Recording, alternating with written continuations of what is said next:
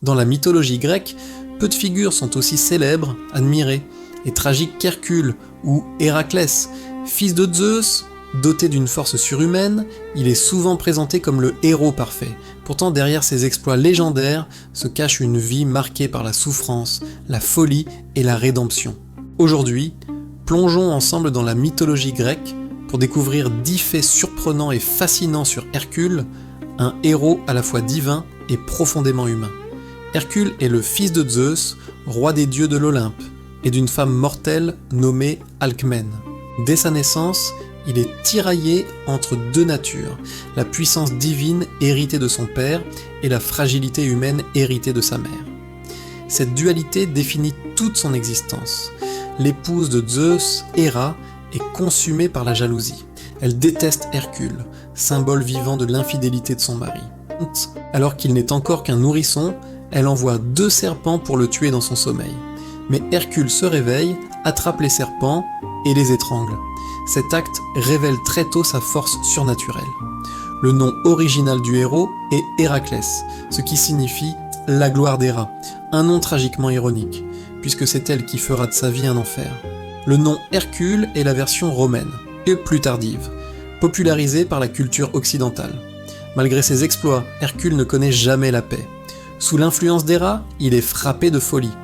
Dans un accès de démence, il tue sa femme Mégare et ses enfants. Lorsqu'il reprend ses esprits, la culpabilité est immense. Hercule cherche alors à expier ses fautes.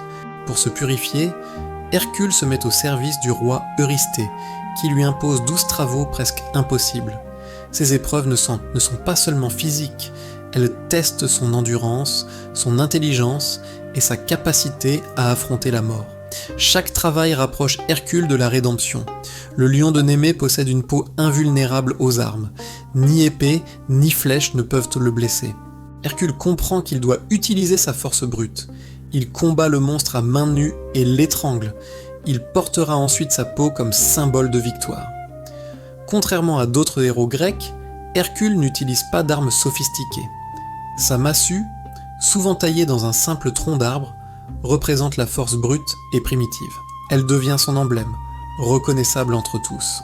L'un des exploits les plus terrifiants de Hercule est sa descente dans les enfers. Il y affronte Cerbère, le chien à 3 têtes gardien du royaume des morts. Sans armes, Hercule le maîtrise et le ramène vivant. Peu de mortels ont accompli un tel exploit. Hercule ne meurt pas au combat, mais par tromperie.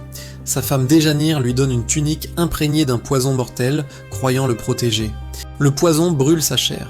La douleur est insupportable. Hercule choisit alors de monter sur un bûcher funéraire pour mettre fin à ses souffrances. Après sa mort, Zeus intervient. La partie mortelle d'Hercule disparaît dans les flammes. Son essence divine rejoint l'Olympe. Hercule devient un dieu réconcilié avec Héra elle-même. Son parcours s'achève dans l'immortalité. Hercule n'est pas seulement un héros musclé, il est le symbole de la lutte contre soi-même, de la souffrance et de la rédemption.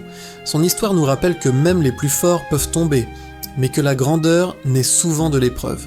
Si cette vidéo t'a plu, abonne-toi et dis-moi en commentaire quel héros ou dieu de la mythologie grecque tu aimerais découvrir ensuite.